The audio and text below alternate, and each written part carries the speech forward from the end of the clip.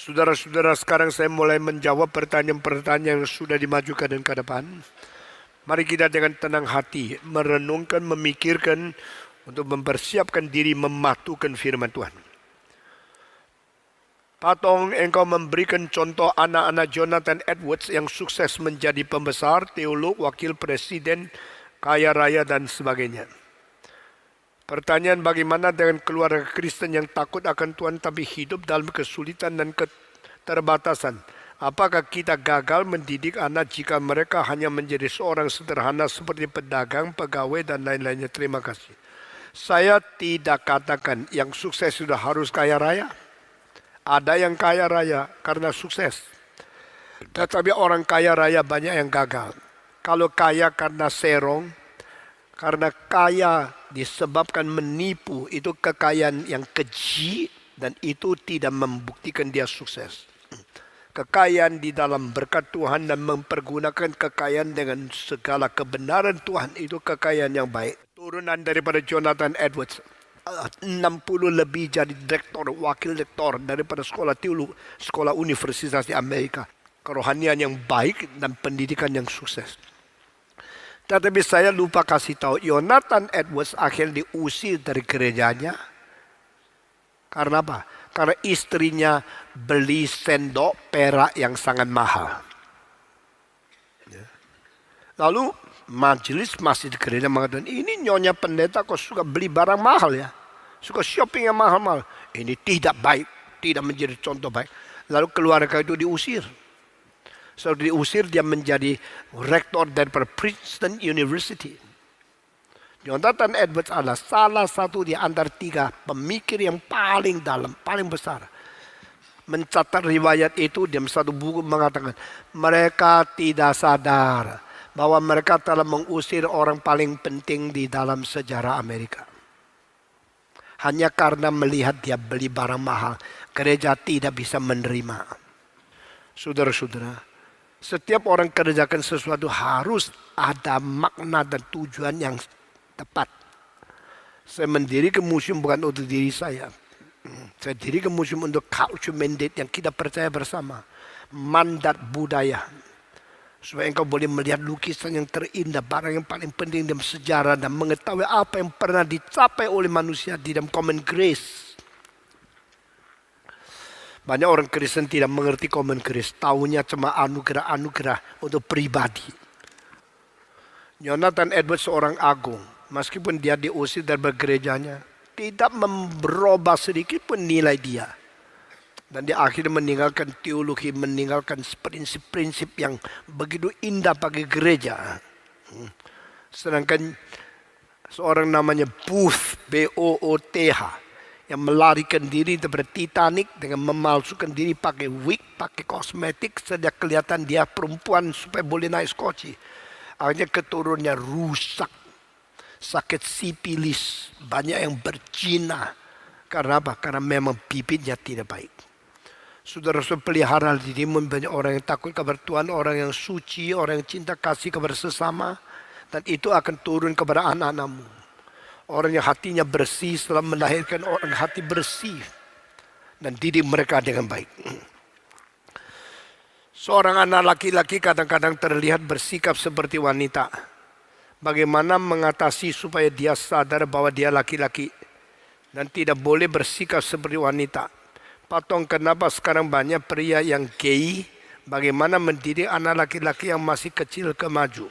Mohon penjelasan. Thanks. Saudara harus mempunyai keseimbangan antara memberikan pengajaran dengan kesadaran itu. Kadang-kadang engkau ingin sekali dapat anak laki-laki, tapi Tuhan kasih perempuan. Terus engkau melawan Tuhan, suruh dia pakai celana panjang, suruh dia pakai dasi. Supaya anak perempuan itu kelihatan laki-laki untuk menyenangkan hatimu. Nah, engkau tidak sadar nanti apa akibat kabar dia. Engkau ingin sekali anak perempuan. Tuhan kasih anak laki. Lalu engkau suruh dia pakai rok. Engkau tidak apa-apalah. Dia pakai rok coba untuk menyenangkan engkau. Seperti ada anak perempuan. Itu pelan-pelan dia mempunyai sifat dah laki dah perempuan. Lambat laun itu dia kacau. Dia mesti kawan sama yang siapa? Kadang-kadang engkau pukul anak lakimu terlalu keras. Sehingga akhirnya dia mulai benci sama perempuan. Karena semua perempuan bengis, jahat, kejam. Lalu dia lebih suka sama temannya laki-laki. Yang mengajar selalu tidak mengetahui dan tidak hitung baik-baik apa akibat side effect. Dengan tidak sadar engkau menanamkan benih-benih yang bikin dia berkelainan karena engkau. Wanita-wanita yang terlalu keras mengajar anak-anak laki-laki. Bikin anak laki-laki itu trauma kepada wanita. Dan dia terus terbuka pintu untuk pria. Kau harus bertanggung jawab. Jangan kira caramu didik yang salah itu tidak ada akibat. Banyak orang dikorbankan oleh ibu bapak yang ajaran tidak beres. Dan hal yang kecil jangan pukul besar. Hal yang kecil jangan dimaki-maki dengan perkataan-perkataan yang berat. Itu bikin kacau dia punya klasifikasi. Ini penting atau tidak? Kenapa dia berdosa besar tidak dihukum? Bersalah kecil dihukum setengah mati. Maka dia baru tahu yang kecil itu besar, yang besar itu kecil. Padahal itu yang salah, bukan dia yang salah. Pengajaran yang tidak senonoh, yang tidak cocok dan tidak sejajar itu selalu mengakibatkan salah mengerti fantastis. Setelah salah mengerti fantastis terjadi, pelan-pelan menjadi kebiasaan. Akhirnya dia cuma pentingkan hal yang kecil-kecil, tidak pernah urusan hal yang besar-besar. First thing first, second thing second, third thing third. The most important thing most. Bagaimana bisa mencapai seperti ini? Engkau mesti klasifikasikan. Anak kecil kalau mengganggu, engkau tidak apa-apa. Asal dia hidup baik-baik. Kalau hidup tak karu-karuan cuma menyenangkan engkau. Engkau akan melayani kesenanganmu akibatnya mengakibatkan pengorbanan anak-anak. Karena kurang menyenangkan kamu, engkau merasa dia hidup tidak bahagia. Padahal mereka harus diajar untuk mandiri. Dan diajarkan untuk bisa discern, bisa membedakan yang benar dan yang salah. Supaya mereka tidak sembarangan hidup. Nyatakanlah kepada anak-anak lakimu, mereka itu jantan. Waktu mereka berhidup jantan, puji dia. Kalau hidup pura-pura seperti cewek, jangan puji, malah mesti maki dia. Orang laki jangan pakai baju perempuan, orang perempuan jangan pakai baju laki. Alkitab mengatakan, ini semua sudah dituturkan di dalam kitab suci. Sehingga kita memberikan mereka kesenonohan di dalam keseimbangan itu. Bagaimana orang tua bisa melatih anak mendiri di tengah-tengah ancaman kriminalitas di kota besar? Apakah seorang anak harus bertumbuh di suburban? Bagaimana lokasi ideal pentumbuhan anak-anak Kristen zaman sekarang yang penuh dengan kesesatan? Kalau harus dibikin satu lingkungan yang paling indah hidup di situ baru beres, maka mungkin mereka mempunyai iluminasi. Tak bisa mereka tidak mungkin melawan akan kejahatan dan sebagainya. Tapi justru bertumbuh dalam keadaan majemuk, keadaan plural, tapi mempunyai kunci prinsip untuk menguji dan mempunyai pendapat bagaimana berdikari. Itu yang penting. Maka Tuhan mengirim ular masuk ke dalam taman Firdaus. Tuhan menciptakan satu pohon yang berbuah terlarang supaya harus ada ujian, harus ada kekuatan. Adam dan Hawa berada di taman itu. Akhirnya mereka menjadi orang yang mengetahui apa namanya siasat setan sebagaimana. Kadang-kadang perlu kegagalan, baru pertobatan itu menjadi berarti. Ya, Tuhan mengizinkan segala sesuatu ini terjadi karena Dia berdaulat. Anak terhilang, lalu balik lagi, lebih baik atau anak kakaknya yang tidak terhilang tapi sebenarnya ngomel, baik mana? Saya tanya, kamu memang orang terhilang jadi membela yang terhilang begitu? Banyak wanita itu ingin menikah sama orang laki yang tidak pernah salah, tidak pernah berdosa, laki-laki dibesarkan di keluarga yang baik, jadi istrinya enak.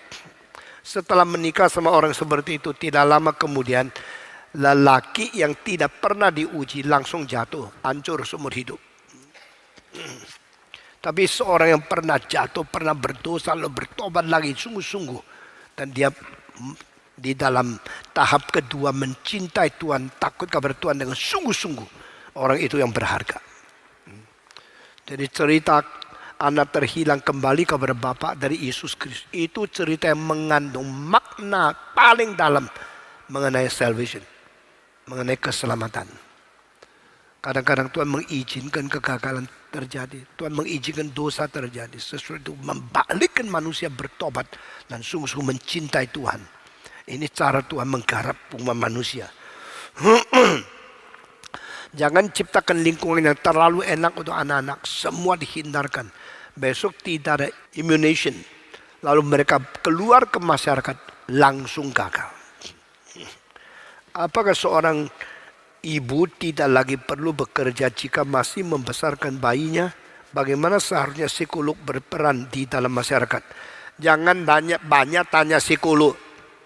Tetapi banyak gali prinsip Alkitab. Kalau keluarga itu seorang bekerja uangnya tidak cukup, istri mesti bekerja. Di Hong Kong sewa rumah mengambil gaji kira-kira 70%.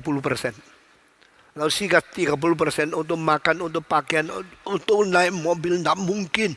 Akibatnya ibu-ibu rumah tangga tetap harus bekerja, baru bisa membesarkan anak. Dua-dua bekerja, sama-sama mengetahui susahnya mendapatkan uang.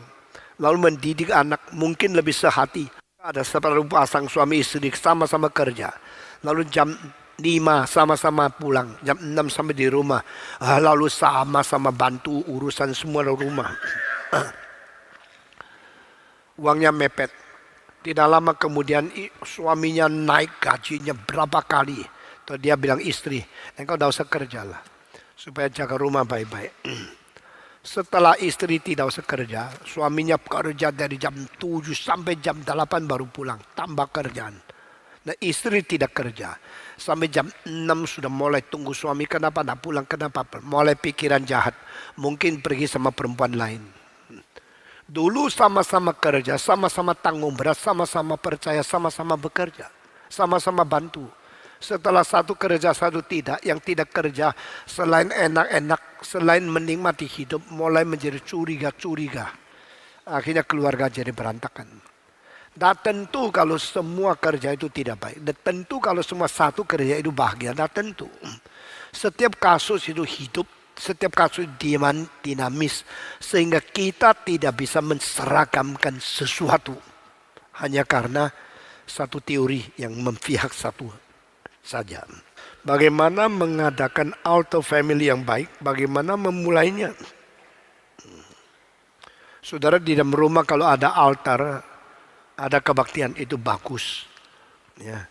Dan kalau dilakukan sejak mereka masih muda sehingga mereka taat dan mereka rasa rutin itu dan biasa dengan baik, itu sangat indah.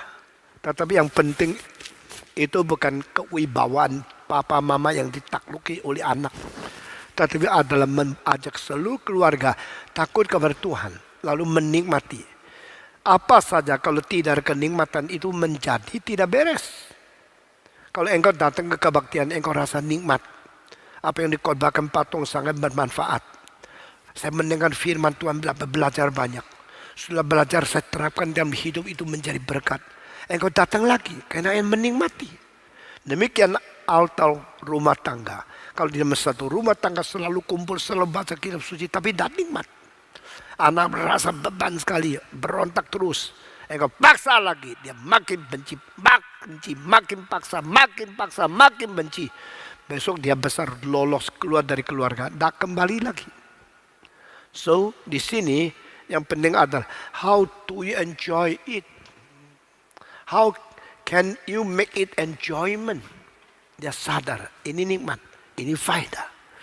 Saudara-saudara, banyak anak yang tidak suka belajar piano dipukul setengah mati oleh papanya. Sampai baru satu hari anak itu sendiri jatuh cinta kepada musik. Tidak usah dipukul lagi. Dia kalau satu hari tidak main dia rasa sepi. Satu hari tidak main musik dia rasa guilty feeling. Karena dia sudah fell in love. Kalau sudah jatuh cinta kepada musik, engkau boleh lega. Tidak usah lagi terlalu ketat. Demikian untuk pekerjaan Tuhan. Saya tidak pernah memaksa anak saya harus ini, harus itu. Karena paksaan itu tidak baik. Tetapi waktu kecil harus dipaksa dulu. Karena mereka belum tahu apa itu kewajiban. Setelah dipaksa sampai mereka menikmati, maka di situ orang-orang itu menjadi lancar di dalam kebiasaan-kebiasaan yang baik. Tuhan memberikan kekuatan kepadamu. Saya seorang guru di sekolah Kristen. Banyak anak-anak di sekolah berasal dari keluarga broken home. Atau dididik dengan cara dan nilai-nilai yang salah, tidak Kristiani.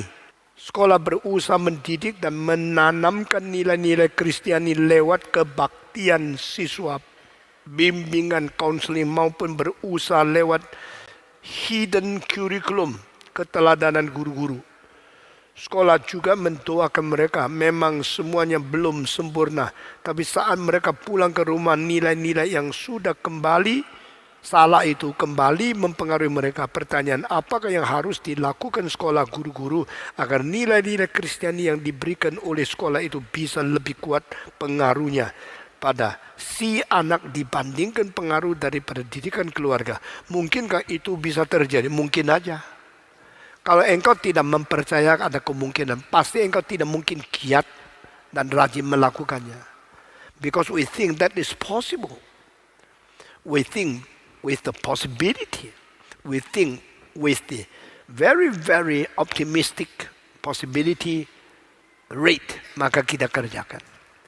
Waktu kerjakan, kalau engkau melakukan yang baik, Alkitab mengatakan jangan tawar hati. Sampai waktunya pasti akan bertumbuh. Di kota kelahiran saya, kota Xiamen, itu di depannya itu ada Kulangyu, satu pulau. Di dalamnya ada dua sekolah. Sekolah laki-laki namanya Anglo-Chinese School, Yinghua Suyan.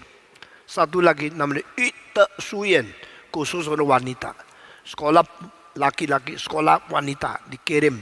Mereka tidak campur laki sama wanita di satu sekolah. Dan pada waktu itu banyak orang yang dikirim itu belum Kristen. Tetapi setelah lulus SMA, lalu mereka masuk ke dalam ladang pekerjaan. 10 tahun, 20 tahun kemudian, satu persatu mengingat semua yang diajarkan dulu di sekolah. Satu-satu menjadi orang Kristen. Nah, kedua sekolah ini sangat terkenal. Yinghua Suyan, the English Chinese College, sama Yute Suyan. Itu akhirnya menghasilkan banyak orang Kristen yang baik luar biasa. Itu sebab kadang-kadang di sekolah itu belum Kristen, tapi setelah lulus mereka mulai mengkangen dan mulai ingin mengetahui lebih banyak. Saudara menjadi guru harus sabar. Memang engkau mau mengimbangi keluarga tidak gampang. Karena mereka di rumah itu satu hari berapa jam dibanding di sekolah, pasti lebih banyak di rumah. Tapi bedanya mengapa sekolah Kristen bisa mempengaruhi anak-anak? Karena wibawa yang dianggap sangat sakral oleh anak-anak. Anak-anak sekolah kita melihat gurunya beres, contohnya beres, teladannya bagus. Dan kalimat yang dikatakan berwibawa. Nah, itu akan mempengaruhi besar. Saya sebagai pendeta, ribuan orang dengar khotbah saya. Di dalam hidup mereka berapa jam ketemu dengan saya? Sedikit kan? Ada yang 1 tahun 365 hari. Cuma dengar khotbah saya 3 jam, 4 jam. Karena saya bikin KKR di kota itu cuma 3 hari. 1 hari 1 jam khotbahnya. 3 kali jam. Tapi kenapa setelah itu saya pergi banyak menjadi orang Kristen? Saya kalau pergi ke satu kota selalu ada orang datang. Puji Tuhan Patong. Saya menjadi orang Kristen 20 tahun yang lalu pada waktu engkau datang sini mengabarkan Injil. Hanya 3 hari di situ. Kenapa pengaruhnya 25 tahun mereka menjadi Kristen datang kepada saya? Karena ada wibawa, ada cinta kasih. Ada bijaksana. Ada menaruh sesuatu beban rohani. Itu semua mengesankan mereka, this man is real. Kalau orang ini benar, yang dikatakan pasti benar. Kalau orang ini bisa dipercaya, yang dikhotbahkan pasti bisa dipercaya. Saya tidak ada kekuatan mendampingi semua orang. Saya tidak kekuatan mengawasi setiap kota.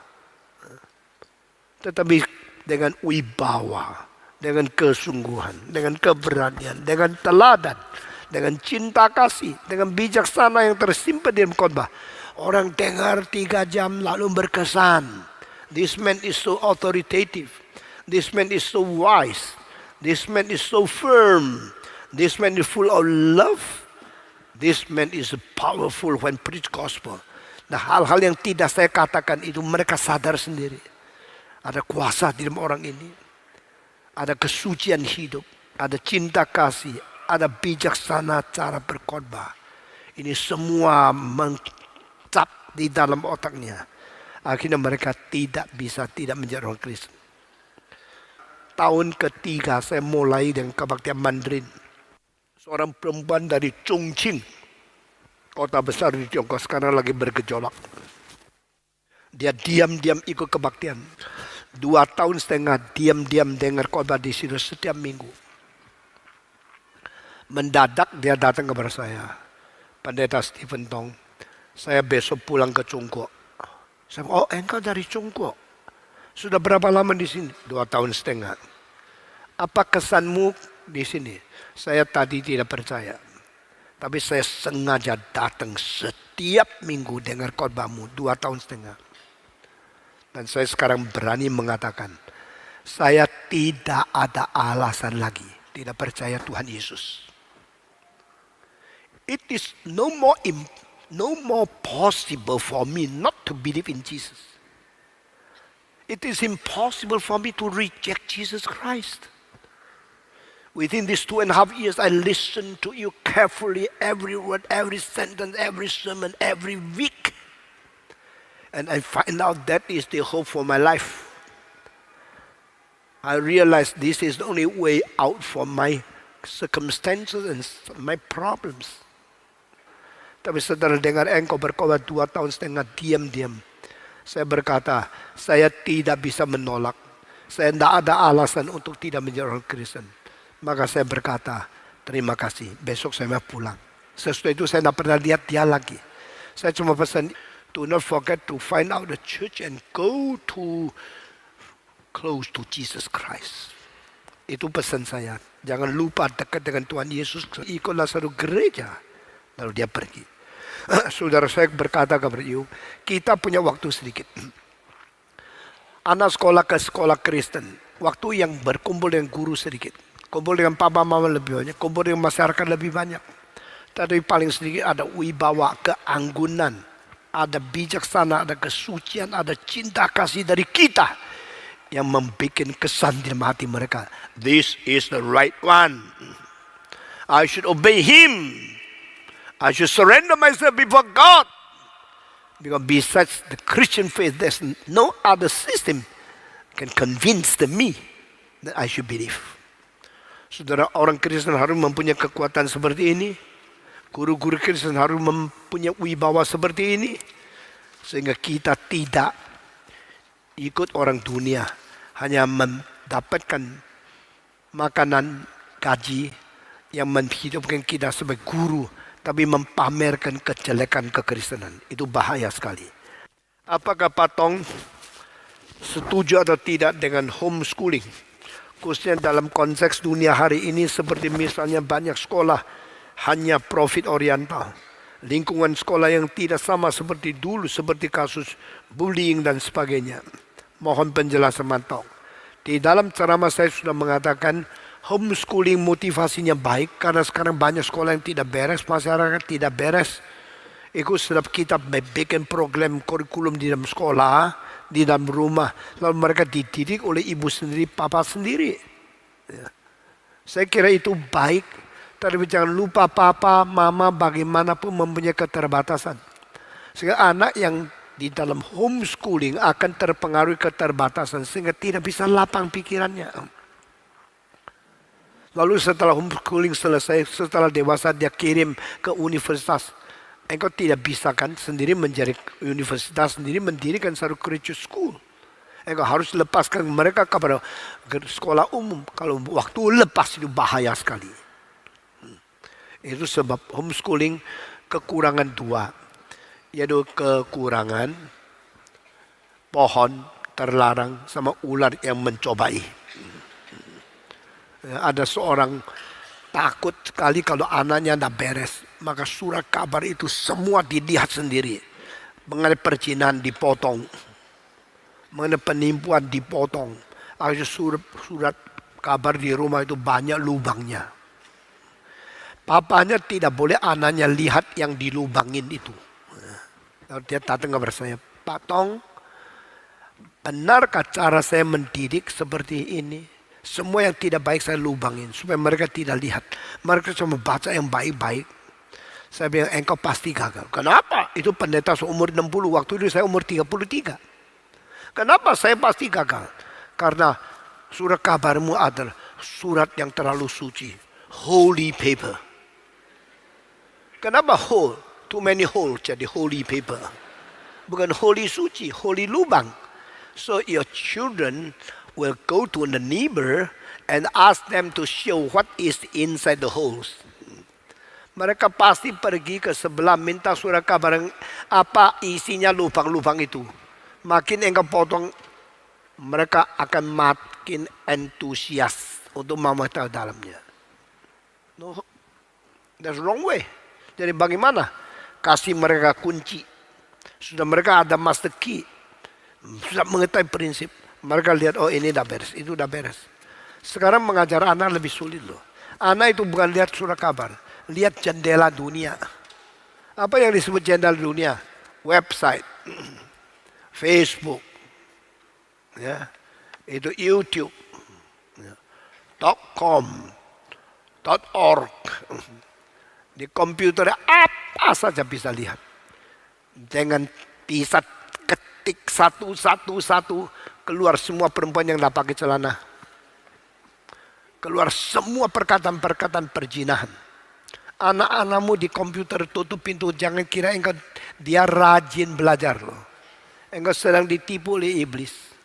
Tetapi kalau dia mempunyai perasaan takut kepada Tuhan, yang mempunyai cara membedakan yang baik dan jahat secara sendiri, maka lepas dia pun engkau tidak usah terlalu khawatir. Karena kita mau mengangkat anak itu tidak gampang lagi. Maka Tuhan memberkati kita. Pak Tong, bagaimana menolong seorang remaja Kristen yang memiliki standar yang tinggi untuk dirinya, bahwa dia harus senantiasa berbuat baik sesuai firman Tuhan. Namun ketika dia tidak bisa mencapainya, dia akan merasa putus asa, bahkan kadang berpikir untuk mengakhiri hidupnya, atau menjadi seorang ateis, atau mengikuti ajaran tokoh-tokoh filsafat yang lain. Terima kasih. Orang ini belum mengenal Tuhan. Dia hanya mengenal cita-cita dia sendiri sebagai Tuhan. Orang yang hanya mengenal cita-cita diri sebagai Tuhan, dia akan memakai segala cara untuk mencapai sesuatu yang tidak ada hubungan dengan rencana Allah. Orang yang memperalah emosi sendiri, akan karena dirinya senang atau dirinya luka, lalu melupakan kehendak Tuhan. Konsentrasi kepada perasaan diri sendiri. Ini semua bukan orang yang mengikut Tuhan dengan sesungguhnya.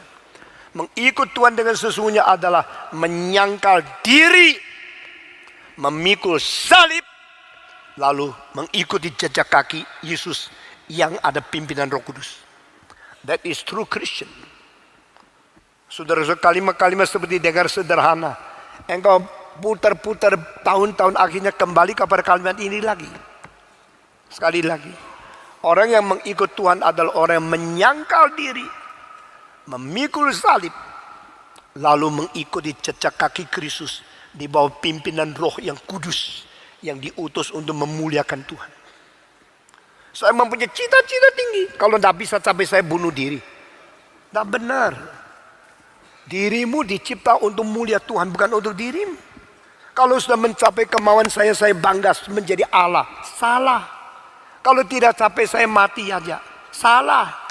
Saudara tidak berhak menjadi Allah. Saudara tidak berhak mengakhiri hidupmu. Karena kau hanya dicipta bagi kemuliaan Tuhan Allah. Engkau tidak boleh, karena saya terlalu susah, lebih baik mati saja. Engkau bilang mengatakan, kenapa saya susah? Susah, saya susah dari Tuhan, dan susah dari diri, atau susah dari setan. Lalu nangis bertobat, bukan nangis karena susah. Orang yang nangis karena susah, orang itu masih anak-anak jiwanya. Orang yang menangis karena tidak menyesuaikan hati Tuhan, baru orang itu mulai menjadi anak Tuhan yang bertanggung jawab. Mana bisa anak muda mempunyai rencana yang tinggi, standar yang tinggi? Apa standar tinggi? Standar yang tertinggi itu cuma satu, Tuhan Allah. How to please God, how to glorify God, how to please Jesus Christ, how to manifest Him. Itu cita yang tertinggi. Kemarin ada 2 kalimat yang saya pakai di ceramah saya di dalam seminar, yaitu di dalam 7 yang dimiliki oleh Tuhan yang paling tinggi. Itu 2 yang dipakai oleh Tuhan untuk menciptakan manusia. Dengar lalu tangkap kalimat yang paling penting, terus menelusuri, itu orang yang sukses besok. Kelimpahan, kekayaan, bijaksana, kuasa, kekuatan, kemuliaan, semua 7 hal yang dipilih oleh Allah. 2 yang dipakai Allah untuk menciptakan manusia, kemuliaan dan kehormatan. We are crowned with glory and honor, and great and honor belongs to God. How come belongs to us? Because He created us so. Allah menciptakan kita dengan kedua hal ini. Lalu apa artinya kemuliaan? Itu sistem moral. Apa artinya kehormatan? Itu sistem nilai. Kita menghormati karena bernilai. Jadi kehormatan di tingkat-tingkat sampai tertinggi. Itu kehormatan bagi Allah. Itu namanya menyembah. Kemuliaan itu lain. Penghormat kepada Allah. Dan kemuliaan untuk mengutarakan sifat Allah. Satu in, satu out. Engkau tidak sadar kitab suci begitu mendalam ya. Tapi kemuliaan is a system to manifest, to glorify and to show the attribute of God outside. Tetapi honor is the inside instinct and inside responsibility to give back, to appreciate God in the highest degree. That is worship. Worship to God, glorify God to manifest to people. Nah, ini 2 yang menciptakan nilai agama. Dan akhirnya yang di dalam eksterior disebut nilai kebudayaan. Di dalam kebudayaan pasti membahas tentang nilai, sistem nilai. Di dalam kebudayaan pasti menciptakan tentang akan moral. Di dalam agama lebih. Maka kemarin saya kutip satu kalimat dari Immanuel Kant. Religion is the system of moral and worship. Moral glory, worship honor. Dan ini 2 agama menjadi agama. Tapi Kant punya definisi kelemahannya kurang satu unsur yang paling besar. The system of moral and worship concerning eternal hope and bliss in Him. Ini baru agama. Kalau agama adalah moral, itu liberal. Kalau agama adalah berbakti, itu agama lain. Agama adalah baptisan moral menuju kepada pengharapan yang kekal. Karena hidup kekal hanya ada di dalam Kristus. Liberal tidak ada, agama lain tidak ada. So the system of moral and worship concerning the eternal hope in Christ, that is eternal life. Ada hidup yang kekal. Baru itu agama sesungguhnya. Nah, di sini yang saya katakan itu. Maka sekarang engkau menjadi seorang pemuda, menjadi remaja yang mempunyai nilai yang tinggi, standar yang tinggi. Standar tinggi itu Tuhan. Kalau di luar Tuhan itu semua sampah. Itu semua ciptaan, itu semua korupsi, semua berdosa. Maka pemuda ini harus dipertobatkan. Harus mendengar baik-baik apa itu pertobatan yang sejati. Pada kenyataan hanya orang Kristen bertingkah laku seperti orang Kristen. Hanya pada orang luar namun secara internal dalam keluarga sangat berkebalikan. Bagaimana pandangan gereja akan hal ini? Banyak orang Kristen bertingkah laku tidak seperti orang Kristen. Yang saya lihat itu. Pada orang luar. Namun secara internal di dalam keluarga. Sangat berkebalikan. Maksudnya banyak orang kalau di luar. Orang lihat semua kelihatan Kristen. Tapi di rumah tangga tidak. Saudara-saudara, ada seorang pemuda yang berkata kepada pendetanya. Saya sekarang sudah mau nikah. Dan saya karena dari kecil terus dipukul orang tua. Maka saya sudah tidak bisa berhenti suka pukul pacarku. Tapi orang tuanya kelihatan baik-baik kok. Di gereja semua orang menghormati dia. Padahal dari kecil pukul anak terus. Sampai anak itu mempunyai kebiasaan harus pukul orang. Untuk menyelesaikan masalahnya. Ingat ya, seorang pria yang pukul istri. Itu orang pria kerdil. Karena engkau mempunyai kekuatan badan lebih besar, lalu menghina wanita, menjadikan sasaran kemarahanmu, itu engkau seperti binatang. Pemerintah yang agung ada pemerintah yang bisa melindungi minoritas. Seorang pria yang besar ada pria yang bisa melindungi istri yang lebih lemah. Kalau pakai cara pukul, cara kekerasan, itu membuktikan engkau tidak pakai hati rohani. Saudara-saudara, mari kita semua bertobat di hadapan Tuhan. Mempelajari bagaimana bicara dengan tenang untuk mencari kebenaran. Bukan maunya menang pakai emosi, bukan maunya menang pakai kekerasan. Karena setiap orang perlu komunikasi. Atau bagaimana supaya anak-anak kita berkarakter Kristen. Bagaimana kalau pasangan kita tidak seiman? Kenapa cari yang tidak seiman? Sudah cari kalau bagaimana. Ya seimankan dong. Ya. Bagaimana pacar tidak seiman? Dibentuk sampai seiman. Kalau tidak mau dibentuk gimana? Ya tidak bisa dibuang. Karena apa? Sudah pasangan. Ya. Jadi engkau sebelum nikah selalu mikirnya gampang. Nanti nikah selesai. Sudah nikah selesai. Tidak. Orang itu punya sifat yang paling sulit dirubah. Maka orang Tionghoa mengatakan, sungai bisa dirubah, gunung bisa dipindah, sifat manusia tidak bisa dirubah. Jiang san yi gai, ben xing nan yi. Ayo 1, 2, 3. 1, 2, 3. Wah, kaca balau ya. Sudah. Gunung dan sungai bisa dirubah. Sifat manusia sulit dirubah. Itu sebabnya lebih baik cari. Engkau bilang saya sudah baik cari. Tetap dah ketemu. Ya sudah, dah usah nikah semua. 1, 2, 3. Engkau bilang ya sudahlah kompromi sedikit toh. Tidak ada orang sempurna. Kalau berani nikah, berani tanggung sampai mati. Tidak boleh pikir mau cerai. Tidak boleh ada pikiran saya mau cerai dia. Tapi kalau bisa merubah, kalau tidak bisa ya tanggung salib sampai mati. Sudah. Lebih baik dah nikah. Siapa bilang? Apa baiknya nikah? Paling sedikit melahirkan anak. Kalau engkau kurang baik, mungkin anakmu lebih baik. Selalu pakai sikap optimistik dan positif menanggapi. Ya. Bagaimanapun kesulitan pernikahan itu ada. Tetap dengan optimistik dan positif mengharapkan Tuhan untuk memberikan harapan hari depan kita yang lebih baik. Bagaimana membentuk supaya menjadi karakter Kristen? Pembentukan itu faktornya saya bagi dua, kelihatan dan tidak kelihatan. Faktor X, faktor hidden, faktor yang kita tidak tahu itu anugerah Tuhan. Kalau Tuhan mau menganugerahi satu orang, sebab apa kita tidak bisa tanya. Tapi kalau sudah dianugerahi, kita mesti mengaku. Ada orang papa mamanya tidak beres, anaknya baik luar biasa. Kenapa? Tidak tahu. Ada kelihatan papa mamanya baik sekali, anaknya tidak beres. Kenapa? Karena yang disebut baik itu ukuran manusia. Ada orang begitu dengar saya satu khotbah, pertanyaan banyak. Ada orang dengar ratusan kali khotbah, tidak pernah tanya satu. Kenapa? Saya tidak tahu. Ada orang kelihatan alim sekali di gereja, kelihatan rohani sekali. Tidak pernah ribut. Tapi kalau di luar lain sekali lagi. Kita tidak bisa lihat ini orang sudah Kristiani atau tidak karakternya. Anak-anak itu menjadi orang yang berkarakter Kristiani karena kita mendoakan, kita mengajar, kita mendidik, kita menganjurkan, kita membentuk. Tapi kalau kita sudah katanya lakukan apa yang kita seharusnya lakukan, tidak tahu itu sungguh tidak. Pokoknya you sudah do your job, you sudah menjalankan tugasmu, tetap tidak bisa jadi. Ya selain taat kepada Tuhan, minta Tuhan ampuni kita. Tetapi dari permulaan tak pernah ada rencana apapun anakmu. Untuk anakmu itu sudah salah.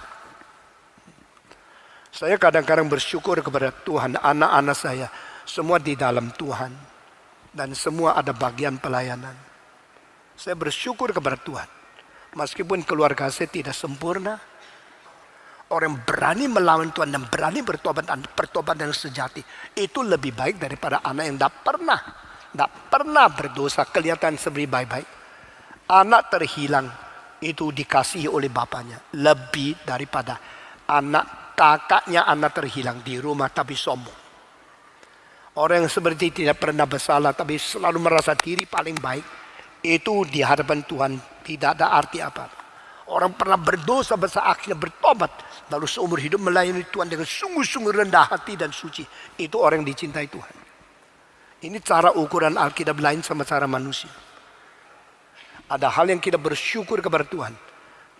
Tetapi ada juga kita merasa kita kurang. Kita tidak boleh memuaskan diri. How to deal with fighting siblings who are 6 years and 5 years old?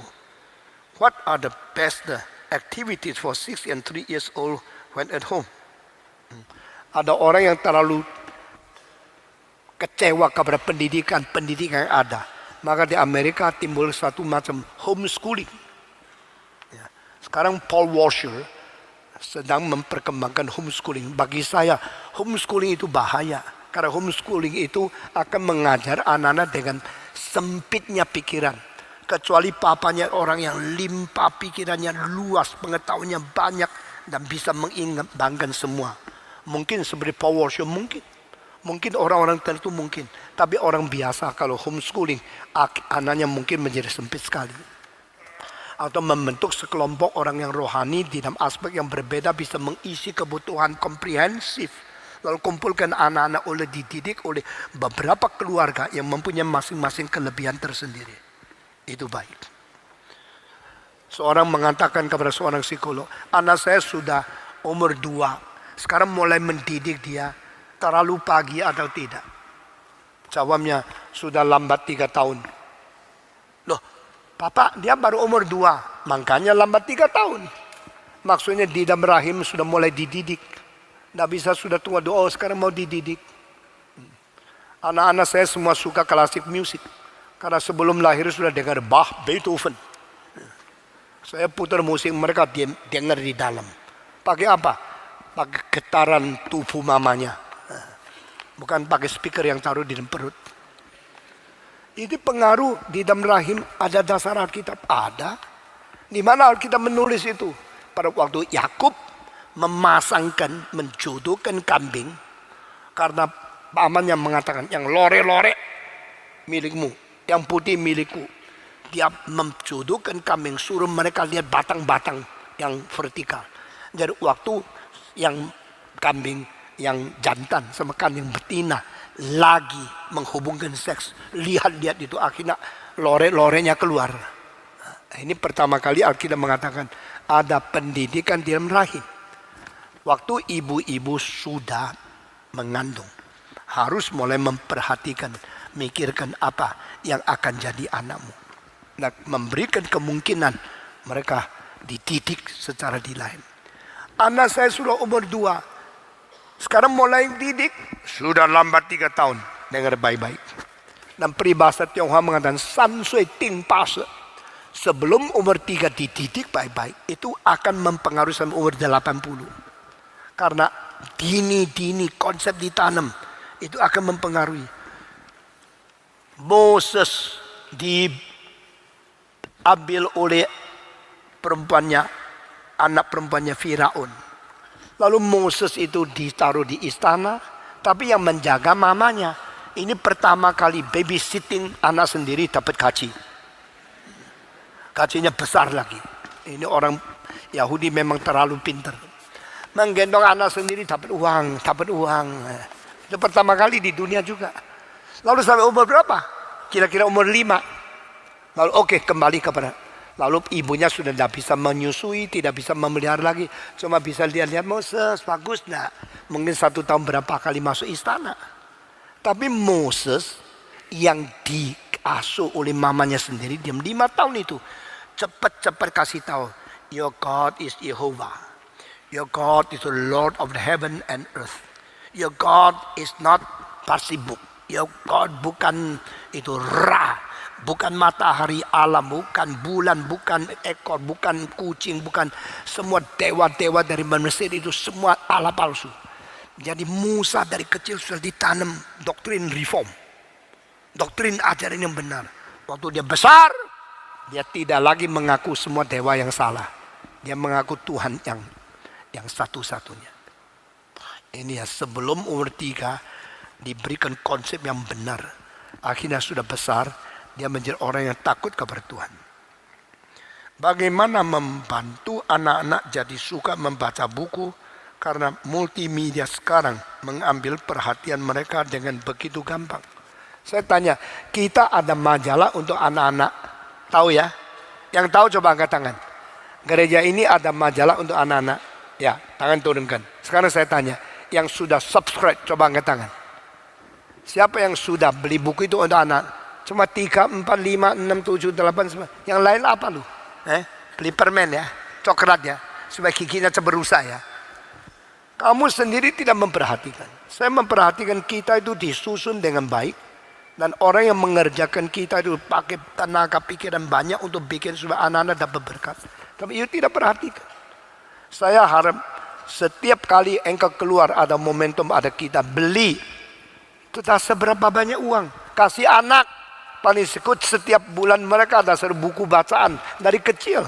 Sesudah itu kalau ada buku apa yang pemuda, ada pilar untuk pemuda, kita untuk anak-anak. Coba dibaca.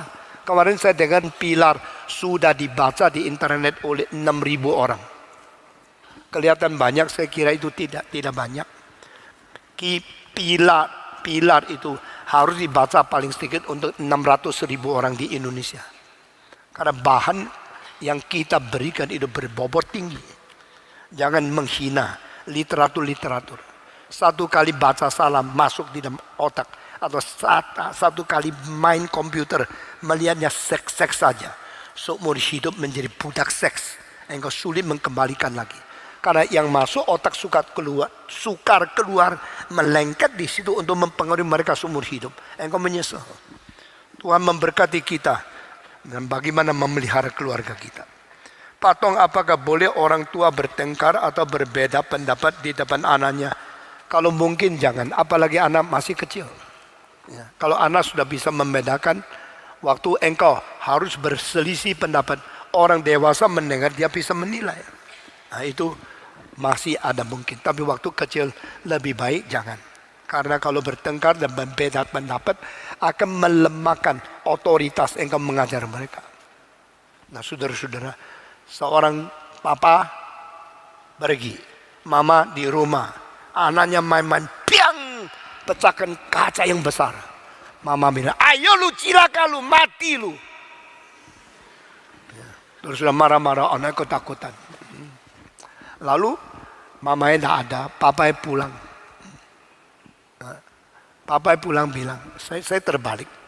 Mama bilang, nanti kalau papamu pulang, lu baru tahu berapa hebat papa lu. Pecahkan kaca besar. Anaknya bilang, sudah tahu. Dia bilang, nanti kalau mamamu pulang, lu baru tahu berapa hebat mamamu. Papa menakut-takuti anak. Anak pakai mama menakut-takuti anak. Dia bilang, dua-dua sudah tahu. Dua-dua dah hebat kok. Nah, mulai hari itu sulit lagi mendengar perkataan dari orang tua. Anak-anak masih kecil. Lebih baik engkau baik-baik bersehati untuk mendidik mereka.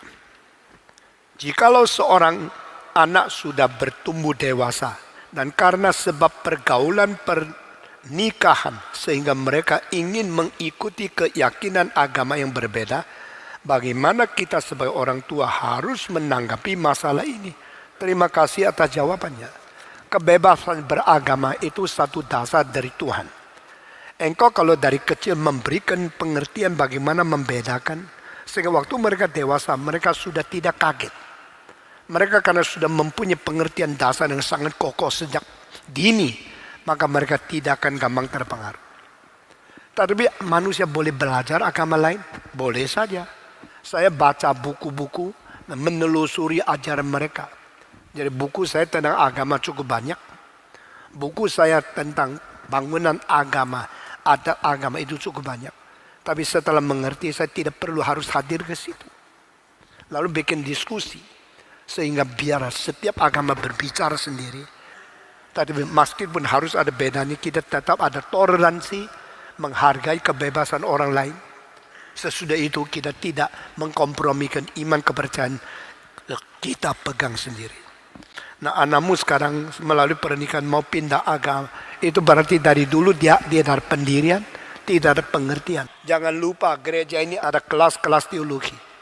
Dan biarlah anak muda itu mereka diberikan pengaruh untuk mengikuti sebelum mereka dewasa.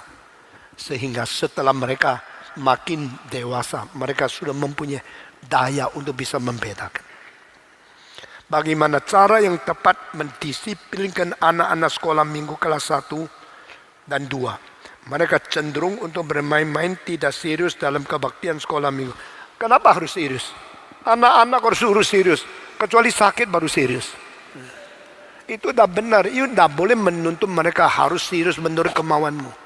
Tetapi otoritas membuat mereka percaya bahwa itu harus ada. Sehingga waktu main-mainlah dengan mereka segila-gilaan. Tidak apa-apa. Tapi sekarang diam. Kita mau dengar sesuatu yang penting. Orang yang sudah menghargai anak-anak bermain-main dengan dia. Waktu engkau mengajak mereka serius, mereka mau taat. Tapi waktu mereka main apapun dimarah-marahin. Waktu sekarang saya mau ngomong, tidak ada yang mau dengar. But you are not with them. You have no spirit of incarnation. Kita perlu ada satu semangat, ada pengertian inkarnasi. Saya main dengan mereka, senang dengan mereka, mengerti mereka. Waktu kita tarik mereka untuk dengar kita, mereka siap. Satu keimbangan keadilan. Herannya adalah semua anak tidak pernah jadi orang dewasa. Semua, 1, 2, 3. Semua anak tidak pernah menjadi orang dewasa. Orang dewasa sudah pernah menjadi anak semua. 1, 2, 3. Orang dewasa sudah pernah menjadi anak. Tapi dewasa tidak mengenal anak. Suruh anak mendewasa itu kan terbalik, langit jadi bumi. Mereka tak pernah jadi dewasa. Lu mesti ngerti papa, lu mesti seperti ini ya. Mengerti itu di dalam 2 tahap. Mengerti seluruh itu tidak mungkin. Tapi mengerti secara saya papamu, engkau harus hormati saya. Saya mendidik kamu, saya tidak akan melukai kamu, tidak akan merugi. Itu harus ada. Ya, di dalam hal ini Tuhan memberikan bijaksana kepada kita. Apa yang harus dilakukan orang tua kalau anak itu umur 6 tahun berbohong? Ya, saudara, anak-anak bohong bukan karena dia jahat, karena dia terlalu takut sama kamu. Kamu yang bikin orang takut sehingga mereka bohong. Dosamu lebih besar daripada yang bohong. Lu bohong ya, terus mau mengancam, mau menganiaya atau mau membalas dendam. Itu tidak benar. Kalau di dalam kemungkinan mereka lakukan sesuatu kebebasan, kasih. Ini tidak boleh, itu tidak boleh. Akhirnya dia tetap mau lakukan. Pasti bohong. Yang rugi kamu sendiri. Yang bikin mereka bohong kamu kok. Kamu berdosa. Saudara tahu tidak ada seorang, apa itu ya, kalau di angkatan darat itu jenderal. Kalau di angkatan laut itu apa? Laksamana ya. Ada seorang laksamana. Saya kenal sendiri. Dia mengenal satu hari dia mau naik kapal terbang kecil daripada kapal induk untuk pergi ke darat. I order you prepare that airplane in 3 hours. I need that airplane. Waktu mereka bongkarkan mesin ada sedikit rusak, perlu ganti onderdil. Waktu bongkar semua selesai dipasang, saat tertentu sisa 5 menit. Sekrupnya masuk ke dalam silinder. Waktu cilaka. Bongkar lagi mesti 3 jam lagi. So, dia mengatakan dengan terus terang, Sir, we are so sorry to tell you. Because the screw goes into the cylinder. So we cannot finish that in 3 hours. You should wait another 3 hours. Laksamana ini bilang sama saya. Di dalam saat itu saya mau marah atau tidak. Akhirnya saya putuskan tidak marah. Lalu semua jadwal akan kacau. Dan dia mengatakan, that's okay. You take another 3 hours. I wait for you. Itu bawahnya senyum. Mengatakan, thank you very much for your tolerance. Dan mereka bongkar lagi satu persatu. Keluarkan skrup itu, masukkan lagi 3 jam. Dan dia mengatakan kepada saya, karena saya seorang laksamana yang mau mengerti mereka, sabar sama mereka, maka mereka jujur sama saya. Kalau mereka dari dulu saya gertak, dari dulu saya paksa, saya jahatin mereka, mereka langsung, okay, sir, the aircraft is prepared well, please. Lalu saya naik, 3 menit kemudian, piang, hancur jatuh, yang mati saya. Lalu dia mengatakan, as a leader, You should have a kindness, understanding. Kalau engkau terlalu keras, bikin mereka takut dan mereka akhirnya menipu kamu, jangan marah-marah mereka nipu. Yang bikin mereka nipu adalah karena engkau terlalu takut-takutin mereka. Dosamu lebih besar, bikin orang menipu, daripada terus mengatakan, kenapa engkau menipu? Yang mengakibatkan kamu kok. Nah itu sebab kita mesti belajar mutual relationship. Ini menjadi manusia tidak gampang sekali. Tidak gampang sekali. Tuhan memberikan kekuatan kepada kita. Apakah anak adalah upah? Upah apa? Anak adalah pusaka. Bukan upah. Anak adalah satu pemberian Tuhan. Lebih dari berlian. Lebih daripada emas. Ada orang mau cari emas, akhirnya buang anak kepada setan. Ada orang mau buang emas untuk mendapat anak kembali menjadi milik. Kenapa engkau bayar ratusan juta untuk anak sekolah? Karena engkau lihat anak lebih penting dari uang. Kenapa engkau cari uang anak tidak digobris? Karena engkau menganggap uang lebih penting dari anak. Yang mana yang betul? Saban hari sesuai terus memanja anak itu salah. Saban ini berada di pinggir anak sudah lebih baik, pasti lebih rusak. Membiarkan dia ada kebebasan untuk mencari, untuk menguji, untuk mempelajari bagaimana mengeksperimentasikan segala kesulitan.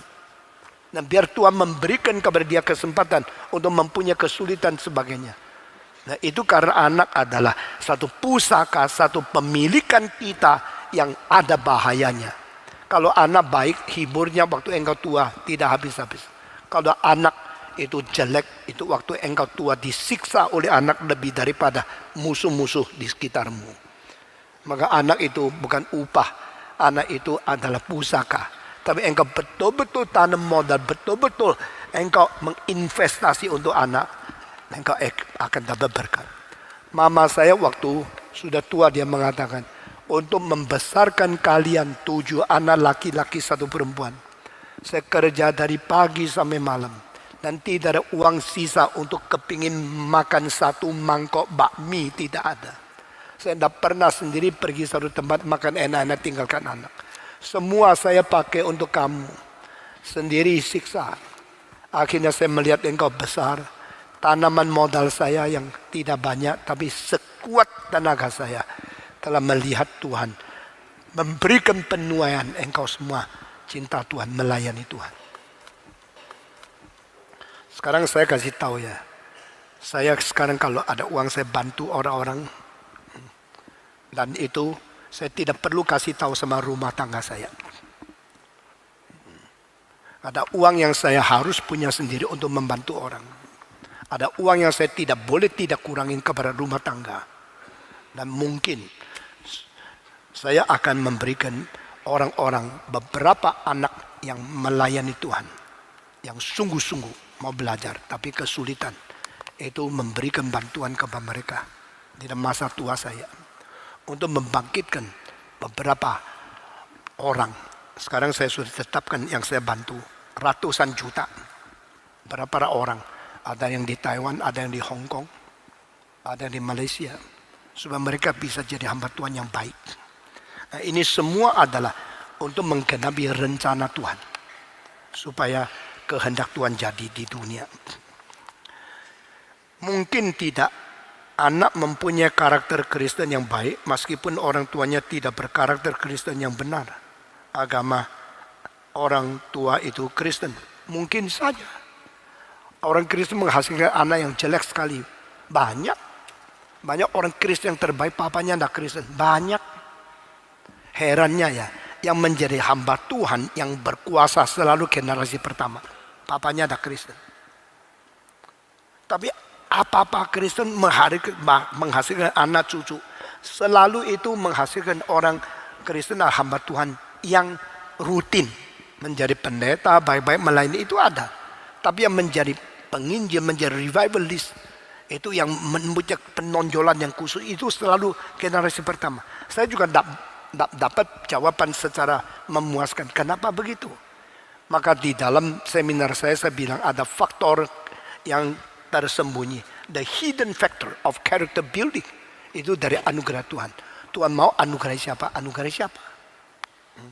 Saudara-saudara, semua penginjil di Tiongkok yang paling besar, John Song, Andrew G, ya, itu Newman Stone, lalu Chao Sekuang, ya, Watchman nih, semua tidak sekolah teologi, tidak lulus kok khotbah. Justru itu yang Tuhan pakai. Saya bukan orang bodoh loh. Saya sendiri harus sekolah teologi supaya saya anjurkan orang teologi mempunyai kekuatan. Tapi saya tidak bisa katakan orang yang tidak sekolah teologi tidak bisa dipakai Tuhan. Spurgeon umur 19 ditabiskan jadi pendeta. Dan ternyata dari orang gereja 200 orang di bawah pimpinan dia berapa tahun kemudian menjadi 6.000 orang.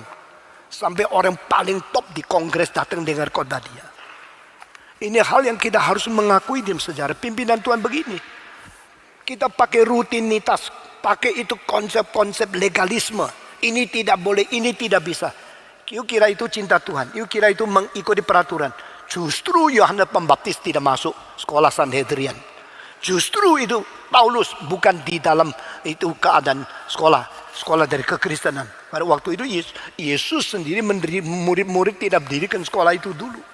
Tapi Tuhan bisa pakai mereka luar biasa. Jadi faktor X ini menjadi sesuatu kasus exception yang harus kita terima. Tapi di dalam organisasi selalu terpendam di dalam satu peraturan dan semua tidak berani lewat. Saya harus menembus itu. Itu sebab kita melihat banyak yang datang belajar di dalam intensive course. Dulunya tidak pernah sekolah teologi. Baru masuk langsung angkanya 199, 96. Dan orang-orang ini mempunyai potensi besar. Lain sama mereka yang dari kecil di kekristenan. Nah itu kita mesti menggali. Jikalau seorang siswa bersalah, bolehkah guru menghukum seluruh kelas? Dengan dasar seluruh Israel dihukum Tuhan karena akan berdosa. Bagaimana jika dihubungkan dengan Ulangan 26 ayat 16? Saudara sudah salah. Akan berdosa seluruh Israel dihukum untuk sementara. Kalah sebentar. Tapi akhirnya seluruhnya terus dihukum. Tidak. Tetap dicari sampai akannya keluar. Akannya lempar batu sampai mati, yang lain tidak. Setelah itu dijanjikan kemenangan Yeriko. Saudara jangan kutip kitab suci separuh-separuh. Seperti engkau orang yang hebat. Padahal engkau memperalat Alkitab. Memanipulasi Alkitab. Twisting of the scripture. Itu tidak benar. Kadang-kadang Tuhan membiarkan orang Israel kalah. Seluruhnya kalah. Lalu mereka berkata, apa yang terjadi? Akhirnya ternyata ada satu yang salah. Itu yang dihukum. Ini kasus terlalu banyak terjadi. Misalnya itu terjadi satu kapal kena angin yang besar. Akhirnya sudah mau mati semua. Lalu dicari, ternyata Yunus yang salah. Akhirnya kalau ini Tuhan hukum semua lempar. Tidak, Yunus yang dilempar, kapal yang lain jalan lagi terus. Jangan sembarangan kutip Alkitab secara sepihak. Patong membentuk karakter Kristiani anak perlu bersama orang tua yang baik. Bagaimana menghadapi istri yang sangat egois dan hanya mau menang sendiri dan tidak memikirkan kepentingan orang lain. Mungkin istri bilang kamu juga begitu loh. Salah satu pendeta yang terbaik yang saya pernah tahu. Waktu istrinya mati menikah lagi satu. Istri yang baru itu seumur 56. Lalu bicara sama orang lain. Saya baru tahu pendeta ini orang paling egois di seluruh dunia. Itu herannya. Kalau belum kenal semua lihat baiknya. Harus sudah kenal cari kutunya. Itu pendeta yang sangat baik. Tetapi istrinya tidak puas. Karena apa? Kalau menjadi suamiku harus menurut tuntutanku ini. Lalu itu yang menjadi ikatan. Picasso, tahu Picasso? Picasso menikah 4 kali. Istri terakhir membelenggu dia sampai semua teman tidak ada satu bisa telepon sama dia 1 kali. Ada perempuan yang egois seperti ini. Karena engkau nikah sama saya cuma 2 orang. Sedunia itu sampah. Ini 2 orang baru manusia. Jadi akhirnya Picasso yang begitu besar bahkannya lukisannya begitu banyak uang yang boleh dijual. Akhirnya dikuasai oleh 1 orang. Saudara jangan mengikat suamimu semaumu. Mungkin Tuhan ambil jiwamu. Lalu dia baru lepas. Jangan kira engkau Tuhan menguasai dia. Mari kita saling menghormati. Jadi pertanyaanmu, kalau seorang yang begitu egois sebagai istri, bagaimana membentuk anak-anak? Kalau bisa bicara, kalau tidak bisa ngomong baik-baik, ya mesti sabar. Saat-saat tertentu mungkin bisa ngomong baik-baik. Ya. Saudara-saudara, manusia itu memang sulit, tapi bagaimanapun belajar kerjasama sebagai orang tua. Bagaimana pendapat Patong tentang gejala zaman ini yang lebih menghargai prestasi, popularitas, dan harta melebihi dari kedudukan dan moralitas? Lawan dong. Lawan zaman dong. Orang melihat popularitas, prestasi, maka beli jas yang mahal. Saya sengaja beli jas ini 380.000. Di mana? Obral di Hong Kong. Waktu saya lihat, loh kok ada yang obral ya? Oh ternyata musim panas sudah lewat. Sekarang musim dingin, yang tebal-tebal keluar, yang tipis dijual. Saya bilang, saya bawa Indonesia. Indonesia perlu yang tipis. Lalu $350 Hong Kong. Ya saya beli satu, tapi tidak ada celananya, tidak apa-apa kan. Atas lore-lore celananya hitam, itu namanya variasi model baru. Maka di dalam dunia cari prestasi, mencari kemuliaan, kita lawan. Lalu uang itu saya simpan-simpan untuk bantu orang sekolah. Caranya hidup saya lain, mau apa? Ini mau lawan saya terserah. Saya tidak akan tunduk kepada semua orang yang maunya saya ikut dia. Saya hanya ikut Tuhan. Tapi saya tidak boleh kurangi kewajiban saya untuk semua yang saya harus lakukan. Shalom. Patong, bagaimana membentuk karakter Kristiani bagi anak-anak tuna grahita, berterbelakang mental, autis, tuna rungu. Terima kasih. Itu mesti ada orang yang penuh cinta kasih, belajar bagaimana bisa mengerti, lalu sabar melaksanakan tugas. Itu saya tidak sanggup. Saya orang yang terlalu cepat, terlalu dinamis. Jadi kalau lihat orang yang terlalu lambat, saya sudah tak tahan. Orang yang malas, saya lebih tak tahan. Orang sudah malas tetapi masih mau menganggap diri benar, lebih tak tahan. Saya tanya ya, seorang anak kecil dibawa oleh papanya yang train harder, yang besar, lalu ditarik, cepat jalan sama saya. Yang susah, yang depan atau yang belakang? Belakang kan. Anak kecil ditarik, tidak kuat, tapi yang besar disuruh cepat. Nah mungkin kesulitan saya di situ. Seluruh zaman itu sulit mengikuti jejak kaki dan dinamika saya. Tapi sebaliknya, saya seorang bukan orang raksasa, orang biasa, tapi dipanggil Tuhan harus cepat. Tapi di belakang banyak orang gede-gede, tapi pelan sekali. Kalau saya tarik mereka tidak bisa jalan karena gede, karena berat. Saya tarik tidak bisa, tapi panggilan Tuhan cepat saya harus jalankan. Lalu saya sekarang tanya kasus yang kedua ini, yang depan lebih susah, yang belakang lebih susah. Yang di depan lebih susah kan? Karena panggilan Tuhan tidak boleh berhenti. Itu juga saya. Jadi orang yang ikut saya ada yang lemah, tidak kuat ikut, akhirnya menjadi susah. Tapi ada orang besar yang sudah suka duduk, suka ngantuk di situ, tidak mau jalan. Saya yang susah. Di dalam pace, bagaimana sesuai langkah satu dengan lain. Dunia ini tidak ada orang yang seluruhnya sama. Dan saya termasuk satu orang yang susah karena mau cepat, tapi yang pengikut sulit. Saya mau melakukan kehendak Tuhan, hambatan besar, banyak.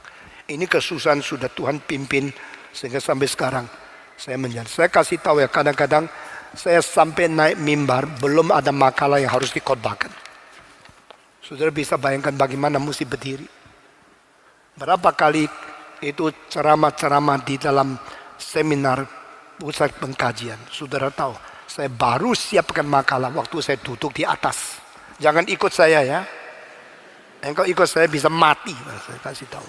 Tapi saya selalu Patong, kapan kau siapkan khotbah? Saya siap khotbah seumur hidup.